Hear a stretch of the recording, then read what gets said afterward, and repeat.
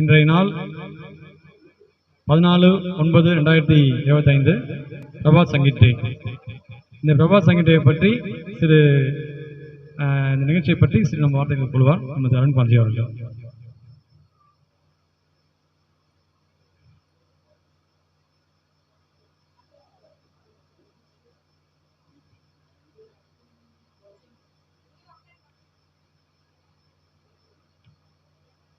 பிரியமான மார்க்க சகோதர சகோதரிகள் அனைவருக்கும் இனிய மாலை வணக்கம். இன்று நமது குருதேவனுடைய பிரபாத் சங்கீத நாள் உலகம் முழுவதும் கொண்டாடப்பட்டுக் கொண்டிருக்கிறது. நாம் இந்த திருவொற்றியூரிலே இந்த நிகழ்வை நாம் நடத்தி கொண்டிருக்கின்றோம். இந்த பிரபாத் சங்கீதத்தை பத்தி நம்ம சொல்லணும் அப்படின்னா, பாபாவை பத்தி ஏற்கனவே தெரிஞ்சவங்களுக்கு நான் எதுவும் சொல்ல வேண்டிய அவசியமே இல்லை. ஏன்னா ஏறத்தாழ இங்க இருக்கிற மார்க்கிகள் ஏறத்தாழ ஆவரேஜா 25 ஆண்டுகளுக்கு முந்தையவர்களாக தான் இருக்கீங்க. புதியவர்கள் வந்து இங்க இல்லை மார்க்கிகளை பொறுத்த வரணும். ஸோ புதியவர்கள் அப்படின்னு பார்த்தீங்கன்னா நம்ம 2 பேர் தான் புதியவர்கள், மற்றவங்கெல்லாம் ரொம்ப மூத்தவர்கள் தான். அதனால குரு யாருன்றதெல்லாம் அவங்க வந்து வாழ்க்கையில ரியலைஸ் பண்ணிட்டாங்க. புதுசா சொல்லணும்ன்ற அவசியமே இல்லை. ஆனாலும் அவர்களுக்கே நான் வந்து சில விஷயங்கள் நான் சொல்ல விரும்புறேன். ஸோ நம்மளுடைய ஆனந்த மார்க்கத்தினுடைய தத்துவத்தின்படி, தந்திரனுடைய கோட்பாடுகளின் படி நமது குருதேவர் தாரக பிரம்மா என்பதிலே நமக்கு யாருக்குமே சந்தேகம் இல்லை. இந்த கருத்திலே உலகம் முழுதும் அவரை பின்பற்றுகின்ற அனைத்து மார்க்க சகோதர சகோதரிகளுக்கும் இதிலே ஐயம் ஒன்றும் இல்லை. ஏனென்றால் அவர் யார் என்பதை அவர்கள் உணர்ந்துதான் இருக்கிறார்கள். அப்படி பார்க்கின்ற பொழுது இந்த மனித சமுதாயம் தோன்றிய, அதாவது நாகரிகம் தோன்றிய காலத்திலிருந்து நாம் கணக்கெடுத்து பார்த்தோமையானால் நமக்கு அதிகமாக தெரிந்தது கிருஷ்ண பரமாத்மாவை பற்றி தான். சிவனை பற்றி அந்த அளவுக்கு அது கொஞ்சம் ஃபேட் ஆயிடுச்சு இப்பெல்லாம். ஏன்னா ஒரு கட்டத்தில் சிவன் தான் வந்து இந்தியா முழுவதும் ரொம்ப பிரபலமான ஒரு தேவனாக பார்க்கப்பட்டார்கள். இன்றைக்கு சிவனுடைய கான்ட்ரிபியூஷன் என்னன்றது கூட இந்த மனித சமுதாயத்துக்கு 1% கூட தெரியல. சிவனை வந்து ஒரு புராண கடவுளாக வைத்துக் கொண்டுதான் அவர்கள் வழிபட்டு கொண்டிருக்கின்றன தவிர, இந்த ஒட்டுமொத்த மனித சமுதாயத்துக்கே வழிகாட்டி வாழ்க்கையினுடைய அத்தனை துறைகளிலும் வாழ்வோடு சம்பந்தப்பட்ட, மனித வாழ்வோடு சம்பந்தப்பட்ட அனைத்து விஷயங்களையும் இந்த மனித சமுதாயத்துக்கு சொல்லி தந்தவர் அவரே தான். அதனாலதான் அவர் ஆதி பிதா என்று சொல்லுகின்றார்கள். சரி, ஆனால் கிருஷ்ண பரமாத்மா வந்த பொழுது அவர் சொன்னாரு, யதா யதா ஹி தர்மஸ்ய க்ளானிர் பவதி பாரத அபியுத்தானம் அதர்மஸ்ய ததாத்மானம் ஸ்ரஜாம்யகம் என்று சொன்னார். அதே மாதிரி சம்பவாமி யுக யுக என்றும் அதில் சொல்றாரு. சம்பவாமி யுக யுக என்று சொன்னால் நான் யுகந்தோறும் யுகந்தோறும் நான் என்னையே நான் தோற்றுவித்துக் கொள்ளுகின்றேன் என்றுதான் அதனுடைய பொருள். அப்ப ஒரு யுகத்திலும் அவர் வந்துகிட்டு தான் இருக்கிறார் என்றத பரமாத்மா சொல்லியிருக்காரு. அப்ப அவர் வந்த போது இதை சொன்னார் அப்படின்னா, ஒரு யுகம் என்பது 3500 ஆண்டு காலம் ஏறத்தாழ. அப்போ அவர் வந்து ஒரு யுகத்திலுமே வந்தேன் அப்படின்னு சொன்னா, அவர் வந்த காலத்திற்கு முன்னால 3500 ஆண்டிலும் வந்து ஒரு யுகம் தானே. அப்பவும் அவர் வந்திருக்கணும். யாரு? அதே பரமாத்மன் தான், அதே தாரக பிரம்மா தான். தாரகா என்று சொன்னால் லிபரேட்டர், விடுதலை அளிப்பவர் என்று பொருள். எந்த விடுதலையை? 3 நிலைகளிலும், உடல் சார்ந்த, மனம் சார்ந்த, ஆன்மீகம் சார்ந்த. ஆன்மீக விடுதலை என்று சொன்னால் மோட்ச நிலை, மீண்டும் பிறவாத நிலை. அதே சமயத்தில் மனிதர்கள் வந்து இந்த உலகத்திலே வாழுகின்ற பொழுது அவர்களுடைய உடல் சார்ந்த தேவைகளும் அவர் வந்த பொழுது அனைவருக்கும் கிடைக்குமாறு அவர் செய்கின்றார். மனம் சார்ந்த அந்த அமைதியான இதுக்கும் அவர் வந்து வழிவகுத்து தருகின்றார். இது ஒவ்வொரு யுகத்திலுமே அவர் வருகின்ற பொழுது நடைபெறுகின்றது. அப்படி பார்க்கின்ற பொழுது கிருஷ்ண பரமாத்மா காலம் என்பது 3500 ஆண்டுகளுக்கு முந்தையது. இது வரலாற்று உண்மை. அப்ப ஒரு யுகத்திலுமே நான் வருவேன் என்று அவர் சொன்னது உண்மை என்றால், அதுக்கு முன்னால சிவபெருமான் வந்த காலம் 7000 ஆண்டு. அப்ப அதுல எல்லளவும் யாருக்கும் வந்து சந்தேகமே இல்லை. ஆனா கிருஷ்ண பரமாத்மாவுடைய காலத்துக்கு அப்புறம் ஒரு யுகம் என்றால் அது இந்த நூற்றாண்டு, 20ஆம் நூற்றாண்டுக்கு பிறகு. அப்போ இப்போ வந்து அவர் வந்திருக்கணும். ஆனா யாருக்காவது தெரியுமா அப்படின்னா யாருக்குமே தெரியாது. இப்ப மட்டும் இல்ல, சிவபெருமான் தோன்றிய காலத்திலும் அவர் யாருன்னு யாருக்கும் தெரியாது. அவர் ஏதோ புலித்தோலை போத்திட்டு ஒரு காட்டு பிராண்டு மாதிரி அங்க இருக்கிறது மட்டும்தான் தெரியும் இல்லையா. அவர் வந்து இந்த பிரபஞ்சத்தினுடைய மையக்கரு மனித வடிவாக வந்தார் யாருக்கும் தெரியாது. அவர் வந்துதான் மனித நாகரிகம் இல்லாத விலங்குகள் போன்று வாழ்ந்த மனிதர்களுக்கு அவர்தான் வாழ்க்கை முறையை கற்றுக் கொடுக்கிறார், சமுதாய அமைப்பை உண்டாக்குகிறார். முதல் திருமணம் அவர்தான் செய்து கொள்கின்றார் பார்வதியோடு. அப்ப மனிதர்கள் இப்படித்தான் வந்து இணைந்து வாழ வேண்டும். ஒரு ஆணும் பெண்ணும் அவங்களுக்கு பிறக்கிற குழந்தைகளை அவங்க வந்து பாதுகாக்கணும். அதுக்கு முன்னால வந்து எப்படி அனிமல்ஸ் வந்து அப்பா யாருன்னு தெரியாது. ஒரு விலங்குக்கு குழந்தை பிறந்தா அந்த குழந்தைக்கு அப்பா யாருன்னு அந்த அனிமலுக்கு தெரியாது. அது போலதான் மனிதர்கள் வாழ்ந்து வந்தார்கள். நாகரிகம் அப்படிதான் இருந்தது. ஆனா சிவபெருமன் வந்துதான் நீங்கெல்லாம் இந்த ஐந்தறிவுடைய விலங்குகள் போல இல்ல, நீங்கெல்லாம் அதுக்கு கடந்தவர்கள், நீங்க இப்படித்தான் வாழணுன்ற அந்த வழியை வந்து வகுத்து கொடுத்தார். சோ இப்படி அவர் பண்ணும்போது இந்த நூற்றாண்டுல இது அவர் சொன்ன கணக்குப்படி அவரை வந்து யாருமே அந்த காலத்துல தெரியல. ஏறத்தாழ 1000 ஆண்டுகளுக்கு அப்புறம் தான் அவர் வந்து சிவபெருமான வந்து எல்லாரும் தேவனாக தெய்வமாக மனித வடிவிலே வந்ததாக புரிந்து கொண்டார்கள். அதே போலதான் நீங்க கிருஷ்ண பரமாத்மா எடுத்துக்கிட்டீங்கன்னா அவர் வந்த காலத்திலையும் யாரும் அவர் வந்து ஏதோ மாயாஜாலம் தெரிஞ்சவன் தான் எல்லாமே பேசிக்கிட்டாங்க. ஒரு சிலருக்கு மட்டுமே அவர் தான் யார் என்று காமிச்சார். யாரெல்லாம் ஒரு சிலர்னு சொல்லலாம்? அர்ஜுனன், பஞ்சபாண்டவர்களுக்கு எல்லாருமே அவர் தன்னை யார் என்று அவரே காட்டினார், அவர் அருள் கூர்ந்தார். அதுபோல பாஞ்சாலி, கர்ணன் இருக்கின்ற தருவாயிலே தன்னை யார் என்று அவர் காட்டினார். அப்படி ஒரு சிலரை தவிர வேற யாருக்குமே தாரக பிரம்மா வந்து மனித வடிவில வந்திருக்கின்ற இந்த காலம் யுகம் என்று யாருக்குமே தெரியாது. அவருக்கு அப்புறமும் ஒரு 1000 ஆண்டுகள் காலத்துக்கு அப்புறம் தான் இந்த மனித சமுதாயத்துக்கு பகவத்கீதை வந்து கொஞ்சம் கொஞ்சமா இதானுச்சு. அப்புறம் அவர் பண்ண டீச்சிங்ஸ் எல்லாம் பார்த்ததுக்கு அப்புறம் அடேடி இது வேற யாரும் இல்ல, இதை வேற யாராலும் சொல்ல முடியாது அப்படின்னும் போது அவர் தான் வந்தாரு. பிலாசபி தெரிஞ்சவங்க, ஆன்மீக தத்துவங்களை தெரிஞ்சவங்களால புரிந்து கொள்ள முடியுது. சாதாரண பாமர மக்களுக்கு அதுவும் தெரியாது. அப்ப அது தெரிஞ்சுக்கிறதுக்கும் ஏறத்தாழ 1000 ஆண்டு ஆயிடும். இப்போது வந்திருந்தாலும் யாருக்காவது தெரியுமான்னு கேட்கிறேன். அதே நிலைமை தான் மனிதர்களுக்கு இப்பவும். ஆனா அப்பப்ப யார் யாருக்கெல்லாம் காட்டினாரோ, சிவபெருமான் காலத்திலேயே சிவகணாஸ் அப்படின்னு சொல்லுவாங்க. சிவகணங்களுக்கு ஏறத்தாழ 12 இருந்து 18 பேர் தான் சிவகணங்கள். அவர் கூடயே இருப்பாங்க. அவங்களுக்கு மட்டும்தான் இவர் யாருன்னு தெரிஞ்சுக்கிட்டாங்க. இப்படி ஒவ்வொரு யுகத்திலுமே ஒரு சிலருக்கு தான் அவர் தன்னை யாருன்னு காட்டுறாரு. அதை எப்படி அவங்க புரிஞ்சுக்க முடியும்னா அவர் கொடுத்த பாதையை வந்து யாரு 100% பின்பற்றுகின்றார்களோ அப்பொழுது அவர் யார் என்று உணர வைக்கின்றார், உணர முடிகிறது. அவ்வளவுதான். சரி, எதுக்கு நான் இதை கம்பேர் பண்றேன்? இன்னைக்கு எல்லாம் பிரபாஸ் சங்கி தெரியாதானே எதுக்கு இந்த 3 பேரை பத்தி பேசிட்டு இருக்க நீங்க நினைக்கலாம். அதே சிவபெருமான் வந்த பொழுது மனிதருக்கு வாழ்கின்ற அனைத்து விஷயங்களும் சொல்லி தந்தாரு.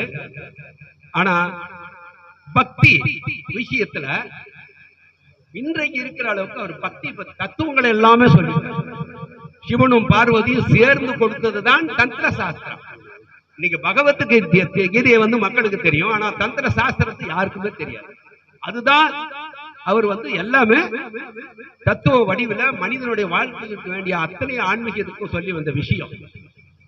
சோ அப்படி இன்றைக்கு வந்து அவர் வந்த காலத்திலையும் பக்திக்கு எப்படி வளர்த்தணும், பக்தியை எப்படி வளர்த்தணும் அப்படின்றதுக்கான வழிமுறைகள் வந்து அவர் வந்து தத்துவ ரீதியாகத்தான் சொல்லிக் கொடுத்தார். கிருஷ்ண பரமாத்மா அந்த காலத்திலையும் சரி தத்துவங்களை தான் சொன்னார். பகவத்கீதை முழுவதும் ஆன்மீக தத்துவங்கள் தானே மனிதனுக்கு வந்து ரினியூ பண்றது. அவ்வளவுதான். லார்ட் சிவா என்ன சொன்னாரோ அதை அவர் ரினியூ பண்ணார். அவ்வளவுதான். திரும்பவும் அதை நினைவு கொடுத்த மக்களுக்கு போதும். ஆனால் இந்த யுகத்துல அந்த சிவபெருமானும் செய்யாத, கிருஷ்ண பரமாத்மாவும் செய்யாத அவரு பக்தி அப்படின்னு சொன்னாவே பகவான் வேணும்னு நினைச்சா அதுக்கு பேர் பக்தி. இந்த உலக சம்பந்தமான விஷயம் தான் வேணும் அப்படின்னு நினைச்சா அதுக்கு பேர் ஆசை, அது பேர் பக்தி அல்ல. இப்ப பகவான் வேணும் அப்படின்னு நினைக்கிறது பேர் பக்தி. இப்ப பகவான் வேணும் அப்படின்னா அதாவது பகவான்கிட்ட நீங்க உறவை வளர்த்துக்கணும் அப்படின்னா அவர்கிட்ட நீங்க உறவாடணும்ல, உறவை வந்து வளர்த்துக்கணும். அப்பதானே உங்களுக்கு வந்து அவர் உறவாகுவாரு. அப்ப எப்படி வந்து இறைவனோடு அந்த உறவை வளர்த்து கொள்ள வேண்டும் என்பதை தத்துவங்கள் சொன்னாங்களோ இல்லையா, உறவு வளர்த்துகின்ற முறையை வந்து 2 பேருமே கொடுக்கணும். ஆனா இந்த யுகத்திலே வந்து தாரக பிரம்மா வந்த அவரு தன்னுடைய எப்பயுமே பகவான் வந்து வருகிறது வந்து ரெண்டு விஷயத்துக்காக வராரு. ஒண்ணு, இந்த மண்ணுலகில எப்பெல்லாம் அதர்ம சக்தி வந்து பெருசா வந்துருதோ அப்ப தர்மவாதிகளால அதர்ம சக்தியை வந்து வெல்ல முடியாது அப்படின்ற காலகட்டத்துல வேற வழி இல்லாம அவரு தான் வந்தாகணும். வந்து அவரே மாயமந்திரத்தில் சரி பண்ண மாட்டாரு, மனிதர்கள் மூலமாகவே கைட் பண்ணி அந்த வேலையை முடிப்பார். இதுதான் ஒவ்வொன்றுமே நடந்தது. சரி, அப்போ இன்னொரு காரணம் என்ன? அதே காரணத்துக்கு தான் ஒரு முகம் வராது. இன்னொரு காரணம் என்ன அப்படின்னா, இப்ப எல்லா இடத்துலயும் பகவான் இருக்காரு இல்லையா? தத்துவ ரீதியாக பாத்தீங்கன்னா பரம்பொருள் இல்லாத இடம் என்பது இருக்குதா? ஏதாவது சாதாரணமா சொல்லுவாங்க, தூணிலும் இருப்பார் துரும்பிலும் இருப்பார். அப்படின்னா அவர் இல்லாத பொருள் எதுவுமே இல்லை அப்படின்னு அர்த்தம். சரி, இதெல்லாம் தத்துவமா சரிதான். ஆனா பகவான் மேல அந்த பக்தியை மட்டும் வளர்த்துக்கிட்ட அவங்க வந்து தான் வந்து பகவானுடைய ஒரு பகுதி தான், அவர் தான் இந்த தோற்றத்தில் அவர் தான் வந்திருக்காரு போது மறுபடியும் அவரோட போய் இணையறது தான் இந்த பரிணாமத்தினுடைய முடிவின் போது எப்படி இணைதல் என்ற அந்த தேடுதல் வருகின்ற பொழுது அதிலே ஆர்வமுடையவர்கள் அந்த தேடுதலை ரொம்ப தீவிரப்படுத்துறாங்க. அந்த தேடுதல் தான் ஏன்னா அவரை வேணும், அவர் அடைஞ்சாகணும். எப்படி அடையிறது? அப்போ பகவான்கிட்ட வந்து நம்ம லவ் கிரியேட் பண்ணிக்கலன்னா பக்தி என்பது சாத்தியம் இல்லை. இதுதான் வந்து சாஸ்திரங்கள் எல்லாமே சொல்லுது. அப்போ அவர்கிட்ட வந்து பேசணும், பழகணும் இல்லையா? அவரோட உறவாடணும். இப்ப நம்மளுடைய சிவனடியார்கள் இவங்கெல்லாம் அவங்களுடைய பாடல்கள்லாம் எடுத்து பாத்தீங்கன்னா, அதே வள்ளலாருடைய பாடல்கள்லாம் பாத்தீங்கன்னா என்னமோ அவங்க ரெண்டுமோ கூடவே வாழ்ந்த மாதிரியே இருக்கும். அவர் எழுதின பாடல்லாம் பாத்தீங்கன்னா ஒருத்தருக்கு ஒருத்தர் பேசிக்கிட்ட மாதிரியே, இவர் டைரக்டா அவர்கிட்டயே பேசுற மாதிரியே இருக்கும். அது படிச்சவங்களுக்கு தெரியும். அப்போ இந்த வாழ்க்கை தான் பக்தி, அவரோடு இரண்டரை கலந்து வாழ்வது இறைவனோடு. அப்படி பழகணும்னா நீங்க என்னெல்லாம் பேசுவீங்க? யாராவது பகவான்கிட்ட வந்து நான் இதெல்லாம் பேசலாம், இதெல்லாம் இந்த முறையில நான் இதெல்லாம் சொல்லலாம், என் துக்கத்தை சொல்லலாம் இல்லையா? என்னது எல்லாமே வந்து அவருக்கு மட்டும்தான் என்னால வந்து சொல்ல முடியும், மனிதர்கள்ட்ட கூட சொல்ல முடியாதுன்னா என்னென்னலாம் சொல்லுவீங்க? யாராவது கேட்டா என்னென்னலாம் சொல்லுவீங்க? எத்தனை வார்த்தைகள் பேச தெரியும் அவர்கிட்ட? என்ன பேசலாம், எவ்வளவு நேரம் பேசலாம் அப்படின்றது மனித அறிவுக்கு எட்டாத விஷயம். மிஞ்சி மிஞ்சி போனா இந்த பிசிக்கல் நீட் என்னவோ அதை தான் பகவான்கிட்ட கேட்போம், அதுக்கு மேல எதுவும் கேட்க மாட்டோம். ஆனா இறைவனிடத்துல என்ன பேசணும் அப்படின்றத இப்ப இவரு வந்து என்னென்ன பேசினாரோ அதெல்லாம் பாடலா எழுதி வச்சிருக்காரு. யாரு? வள்ளலார் எடுத்துக்கிட்டீங்கன்னா அது மாதிரி பக்தர்கள் நிறைய பேர் அவருடைய பாடல்கள்லாம் எழுதியிருக்காங்க. அவங்க என்னன்னா அவர்கிட்ட வந்து உறவாடினாங்களோ அதெல்லாம் எழுதியிருக்காங்க. ஆனா இந்த யுகத்துல தான் பக்தர்களுக்காக, ஏன்னா யாரும் அந்த காலத்துல இருந்து பெரிய பாடல்லாம் எழுதி வைக்க ஆயிரம் பாடல் எழுதி வைக்கிற அளவுக்கு பக்தர்கள் வந்து அவங்களுக்கு தெரியாது. அந்த பக்தி என்பது ரொம்ப ஆழத்துக்கு போயிடுச்சு, கடல்ல தேடி எடுக்க முடியாத அளவுக்கு போயிடுச்சு. இப்ப மனித சமுதாயம் அப்படிதான் வாழுது, பக்தி எங்க இருக்குது இல்லையா? அப்போ அந்த உணர்வுகளை வந்து நீ கவலைப்படாத, என்ன பேசணும் நான் உனக்கு சொல்லித்தரேன், இதெல்லாம் தான் நீ பேசணும். ஒவ்வொருத்தருக்கும் ஒவ்வொரு விதமான உணர்வுகள், ஒவ்வொருத்தருக்கும் ஒரு மன கஷ்டங்கள் இருக்குது. ஒவ்வொரு இதுல பக்தி விஷயத்துல நிறைய விஷயங்கள் இருக்கு, ஒரு மாதிரி உணர்வுகள் இருக்கு. இது எல்லாமே அவரு பாடல்கள் மூலமாக அவரு நமக்கு கொடுத்தார். இப்ப பாபா வந்து தாரக பிரம்மான்னு தெரிஞ்சாலும் அவர் கொடுத்த தத்துவங்கள் எல்லாமே நீங்க வந்து ஆனந்த வச்சனாமிரதம் வந்து தத்துவங்களுடைய எளிய விளக்கம். தத்துவங்கள் பாத்தீங்கன்னா சுபாஷித சங்கரகான்றது தொகுப்பு. இதெல்லாம் வந்து பிலாசபிக்கல் விஷயங்கள்லாம் அதுல சொல்லியிருப்பாரு. அது ரொம்ப டீப்பான, வந்து புரிஞ்சுக்கிறது ரொம்ப கஷ்டம் தான். இவ்வளவு விஷயங்கள் தத்துவங்களாக எல்லா தாரக பிரம்மா கொடுத்திருந்தாலும் பக்தி தத்துவத்தை பகவான்கிட்ட எப்படி நெருங்கி நீங்க வர முடியும் போது அவரோட உறவை வளர்த்துக்கிறதான அந்த பாடல்களை இவர் மட்டும்தான் கொடுத்திருக்காரு. அப்படி பார்க்கின்ற பொழுது ஒரு தாரக பிரம்மாவுமே ஒரு குறிப்பிட்ட கால வரையில தான் அந்த உலகத்துல வாழ்வாங்க. அந்த குறிப்பிட்ட காலத்துக்குள்ளார அவர் செய்ய வேண்டிய வேலைகளை முடிச்சுட்டு அவங்க போயிடுவாங்க. இப்ப நம்ம தாரக பிரம்மா பாபாவை பத்தி நம்ம பேசணும் அப்படின்னா, அவர் பிறந்ததுல இருந்து இந்த ஆனந்த மார்க்கம் என்று இந்த அகில உலக இயக்கமாக மாற்றியது எந்த வருடம்? 1955. நான் பிறந்த வருஷம். அந்த வருஷத்திலேயே பாபா என்ன பொறுக்க வச்சிருக்கா, எனக்கு ஒரு சந்தோஷம். 1955 தான் ஒரு இயக்கமாக மாறுறார். மக்களுடைய வர்றாரு. அது வரலும் ஒரு தனியா ஒரு கிராமத்துல வந்து ஒரு சிலருக்கு மட்டும் பரிச்சயம் பண்ண வந்தார். 1955 அவர் இந்த தேகத்தை விட்டு சென்றது 1990 அக்டோபர் 21. 90ல 55 90 எத்தனை வருஷம் ஆகுது பாருங்க, 35 ஆண்டுகள்.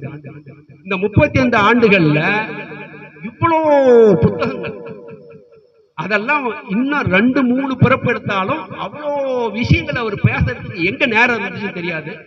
அதெல்லாம் இன்னும் ஆங்கிலத்துல கூட வந்து மாற்றம் அடையாம ஹிந்தியிலையும் பெங்காலிலையும் வேற லாங்குவேஜ்ல பேசுறதெல்லாம் அப்படியே இந்த மாறுதல் செய்யாம இருக்கு. ஆனா ஆங்கிலத்துல உலக பொதுமையா ஆங்கிலத்துல மாற்றம் அடைஞ்சது மட்டுமே நம்ம இன்னும் 3-4 பிறப்பு எடுத்தாதான் அவ்வளவு புத்தகங்களும் படிச்சுக்க முடியும், படிச்சு தெரிஞ்சுக்க முடியும். அது உங்களுக்கு எல்லாருக்கும் எவ்வளவு புத்தகங்கள் இருக்குன்னு தெரியும். இதெல்லாம் அவர் டிஸ்கோர்ஸ் பேசுனது. இதுல அவர் ஒவ்வொரு நிகழ்வும் நடந்துக்கும் போது அதுக்கு பேர் வந்து டிஎம்சின்னு சொல்லுவோம், தர்ம மகா சக்கரம்.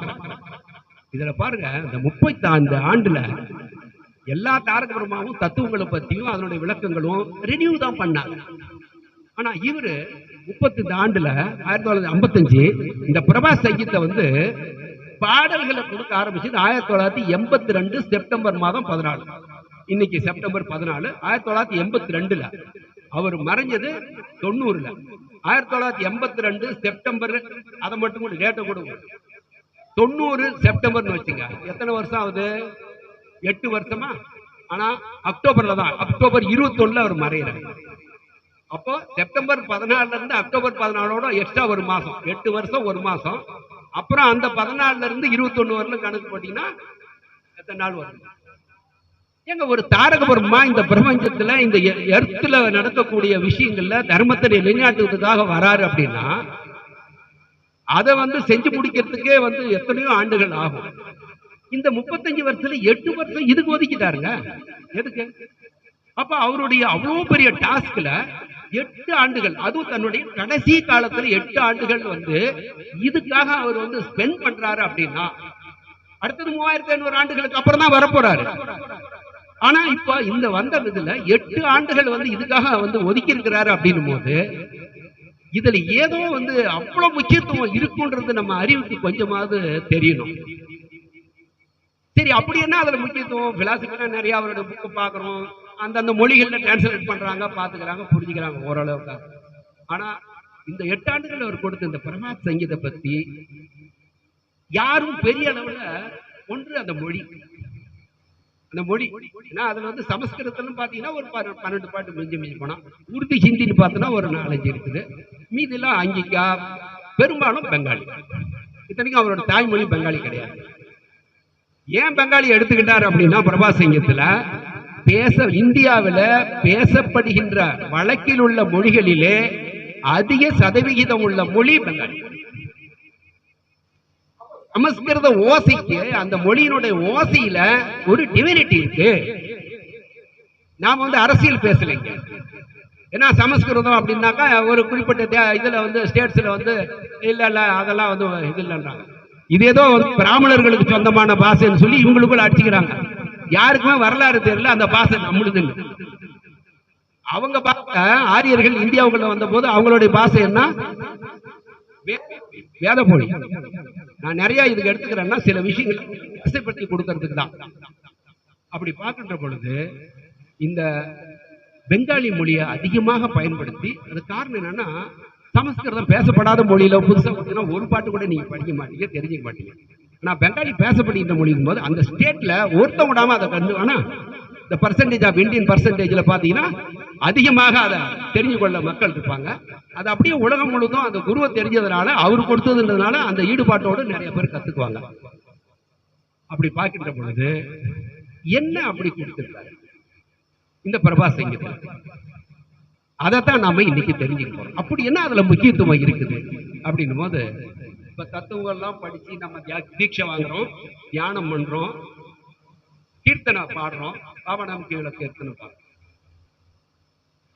இந்த பாவனாம் கேவலம் என்ற கீர்த்தனையை யார் கொடுத்தது நமக்கு?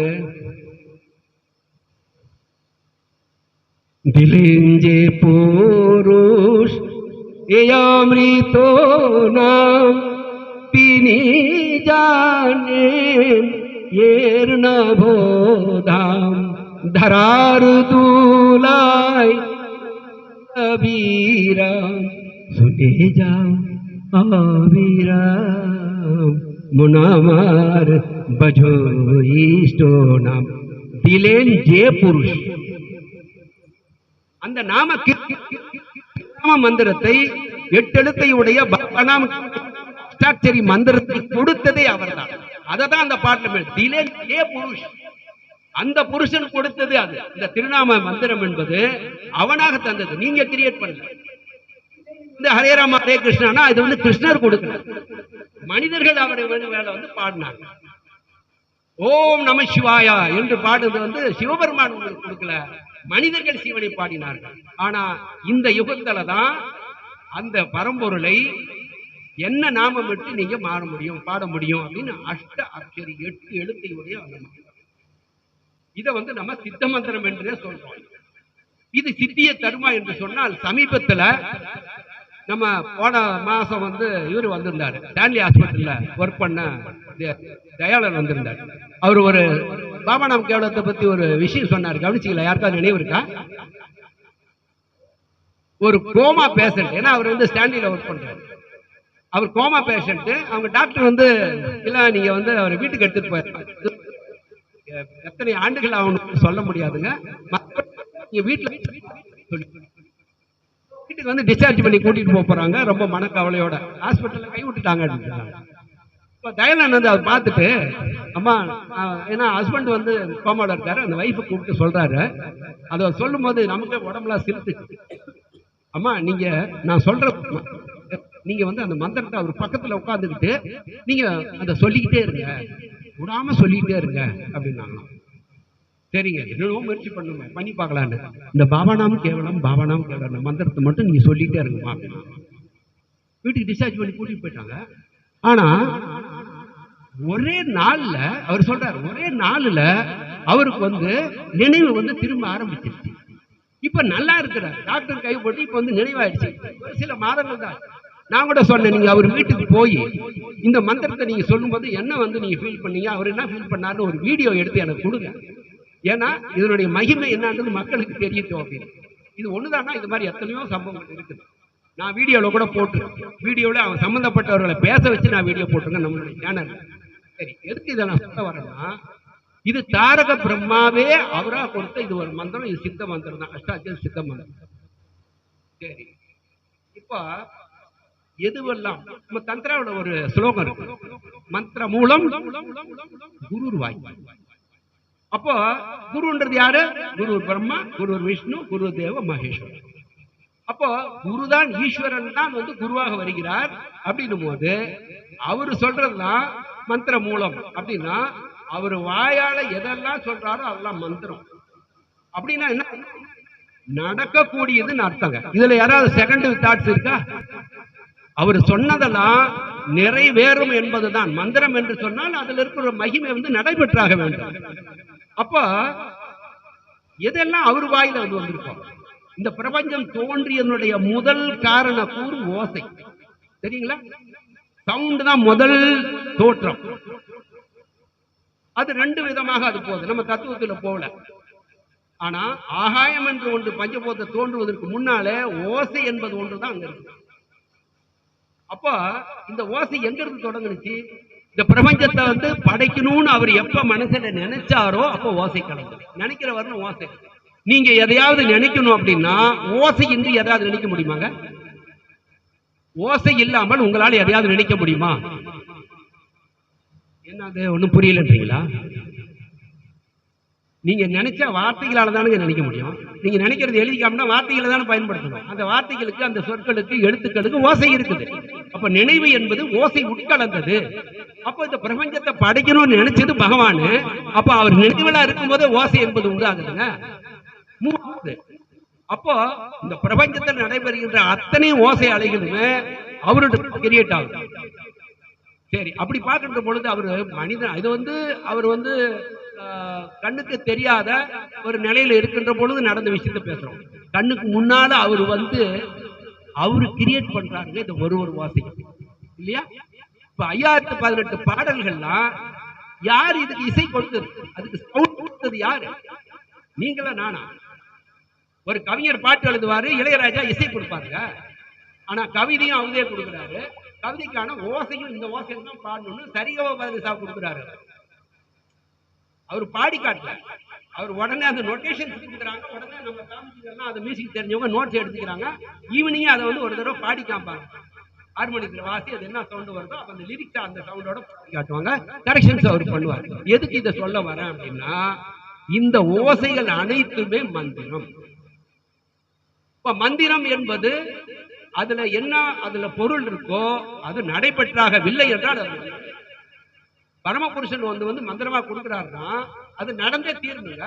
நீங்க எழுதின ஒரு கவிதையாக இருந்தா வேணா அது அழகுக்காக பண்ணலாம், என்னுடைய எதுகை மோனை உங்களுக்கு புலமையும் அதை இதையும் வந்து காட்டுவதற்காக பண்ணலாம்.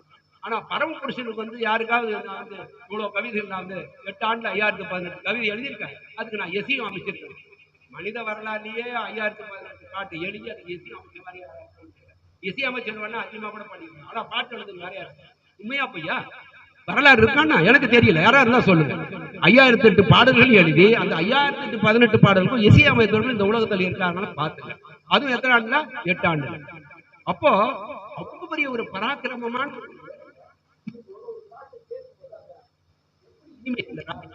உங்க முன்னால வந்து சாம்பிளுக்கு வந்து பாட போறாங்க அந்த பாடல்களை. அவரு எதுக்கு நான் இதை சொல்ல வரேன்னா, இது அத்தனை பாடல்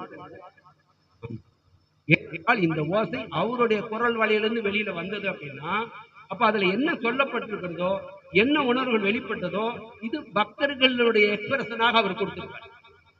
ஒரு சில 2 அல்லது 3 பாடல்களை தவிர அதுல வந்து அவரு பாடுற மாதிரி காரணமா என்ன பாட்டு சொல்லலாம்? பகவானே பாடுறது, தீப் ஜலே ஜாய் பூஷித் பராய். அந்த பாடல் வந்து இறைவனே வந்து நீ எல்லாம் என்னுடைய தூரமானவர்கள் அல்ல அப்படின்னு சொல்லுவாங்க. அதே மாதிரி பிருந்தாவனம் பரித்ய பாதகம் நகசாமி. இது வந்து பகவானே பக்தர்களுக்கு மாதிரி. அப்ப மீதி எல்லாமே பக்தர்கள் வந்து பகவானை பற்றி பாடுற மாதிரி இருக்கும்போது இப்ப ஏன் இந்த மாதிரி ஒரு இதை அமைச்சு கொடுத்தாருன்னா, இது எல்லாமே பக்தர்களுக்கான ஒவ்வொரு பக்தர்களுக்கும் ஒவ்வொரு விதமான உணர்வுகள் இருக்கும். அத்தனை உணர்வுகள் உள்ளவர்களும் எப்படி அந்த உணர்வுகளை பகவான்கிட்ட நீங்க எக்ஸ்பிரஸ் பண்ணுவீங்கன்றத உங்களுக்கு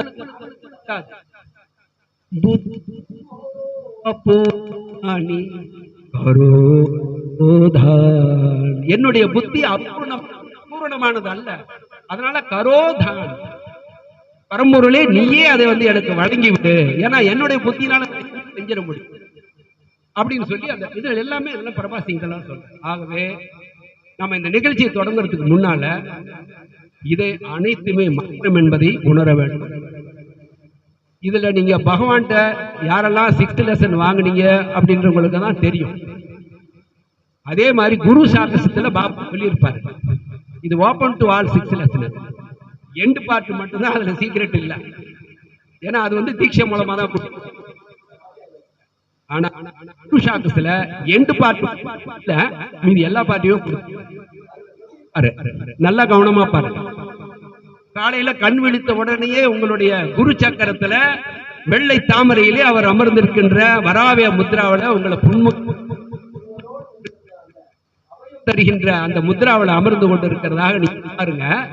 பார்த்ததுக்கு அப்புறமேட்டு நீங்க அவர்கிட்ட என்னெல்லாம் பேசுங்க அதெல்லாம் பேசுங்கன்னு சொல்றாரா இல்லையா? அந்த சாப்டர் படிக்க முடியும், என்னெல்லாம் பேசணும்னு நினைக்கிறோம் அவர்கிட்ட பேசுங்கன்றாரு. என்ன பேசுறீங்க இது வரணும்? எத்தனை வார்த்தை பேசியிருப்பீங்கன்னு கேட்க. ஆனா இங்க என்னென்னலாம் நீங்க அவர்கிட்ட பேசுறாரு அவரே உங்களுக்கு கத்து கொடுத்துட்டாரு. நீங்க உங்க வாழ்க்கையில நான் இப்ப என்ன சொல்றேனோ இதை வந்து நான் ஏதோ ஆராய்ச்சி பண்ணி சொல்லல, அனுபவப்பட்டதை சொல்றேன். 1987 அந்த ஆண்டு தான் வந்து நான் முதல் பிரபா சங்கீதத்துல வந்து காதல கேட்டேன். வீட்டுல கிடக்கும், சாமிஜிக்கெல்லாம் கொடுப்பாங்க, இந்த பாட்டு கேளு, தொடமாட்டேன். ஏன்னா அந்த லாங்குவேஜ் எனக்கு பிடிக்கல. முதல்ல என்னையா லாங்குவேஜ் ஆமி தோமாக்கி பாலபோஷி என்ன எனக்கு புரியல. நான் பாட்டுக்கு சும்மா ஜெய்சங்கர் பாடின இருவல்லவர்கள் வல்லவன் ஒருவன் இதெல்லாம் சும்மா அப்படியே அந்த தபலா வந்து அப்படி உருளும், அதை சவுண்ட்ல வச்சு அப்படியே கேட்டு ரசிக்கிட்டு இருப்பேன் அந்த மியூசிக்ல.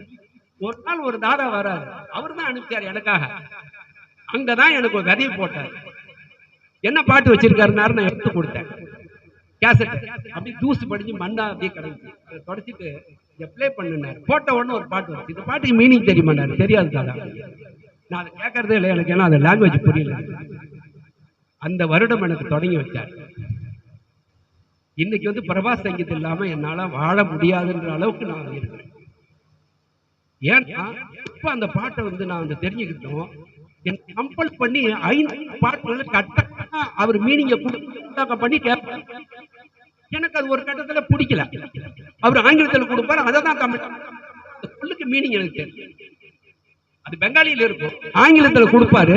எனக்கு இதை வந்து நம்ம அடுத்த நிகழ்ச்சி நம்ம ஆசிரமத்தில் நடக்கும்போது இந்த பாட்டை நம்ம இந்த நிகழ்ச்சிக்காக 5 பாடல் நான் கொடுக்குறேன். தாதா பேர் எல்லாருக்கும் தெரியும், மகா விஸ்வானந்தா. அப்ப அவரு கூட நாங்க 2 பேரும் ஒரு உடன்படிக்கை வந்தோம். நீங்க வந்து நேரம் அப்ப வந்து நான் வந்து ஐஓபி ஹைகோர்ட்டுக்கு முன்னால இருக்கிற சென்னை ஹவுஸ்ல இருக்கிற பில்டிங்ல ஒர்க் பண்ணிட்டு இவரை லஞ்ச் அவர்ஸ்ல வர சொல்லும் போது நான் வந்து பஸ் ஸ்டாண்டுக்குள்ளார போய் நாங்க 2 பேரும் அவருக்கு சாப்பாடு கொண்டு வந்துடுவேன்.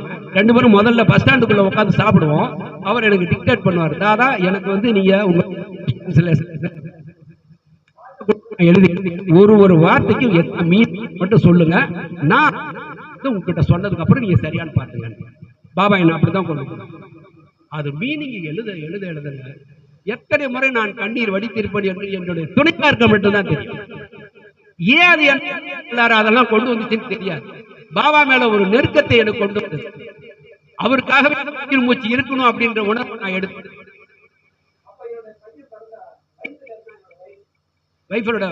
என்னோட தப்பணி வைக்க 7 மாசம் இப்ப பாபா பாக்குறதுக்காக போறோம்.